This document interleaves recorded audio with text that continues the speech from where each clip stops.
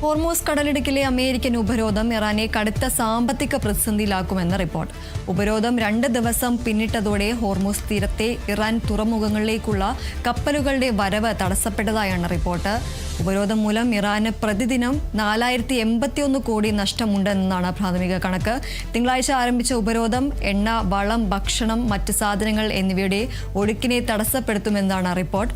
ഇത് ഇറാനിൽ പണപ്പെരുപ്പത്തിനും വിലക്കയറ്റത്തിനും വഴിവെക്കും. ഇറാന്റെ എണ്ണ കയറ്റുമതിയുടെ 90% ഖാർക്ക് ദ്വീപ് വഴിയാണ്. ഹോർമൂസ് കടലിടുക്കിന് പുറത്തുള്ള ജാസ്ക് ടെർമിനൽ വഴി എണ്ണ കയറ്റുമതിക്കും ഇറാൻ നീക്കം നടത്തുന്നുണ്ട്. ഹോർമൂസ് കടലിടുക്കിൽ അമേരിക്ക ഏർപ്പെടുത്തിയ ഉപരോധം കാരണം ഇറാൻ കടുത്ത സാമ്പത്തിക പ്രതിസന്ധിയിലാകും എന്ന റിപ്പോർട്ടുകളാണ് ഇപ്പോൾ പുറത്തുവരുന്നത്. ഉപരോധം 2 ദിവസം പിന്നിട്ടതോടെ ഹോർമൂസ് തീരത്തെ ഇറാൻ തുറമുഖങ്ങളിലേക്കുള്ള കപ്പലുകളുടെ വരവ് തടസ്സപ്പെട്ടു എന്നതാണ് ഇപ്പോൾ ലഭിക്കുന്ന വിവരം എന്ന് പറയുന്നത്. ഉപരോധം മൂലം ഇറാന് പ്രതിദിനം 4081 കോടി രൂപയുടെ നഷ്ടമുണ്ടായി എന്നതാണ് പ്രാഥമിക കണക്ക്.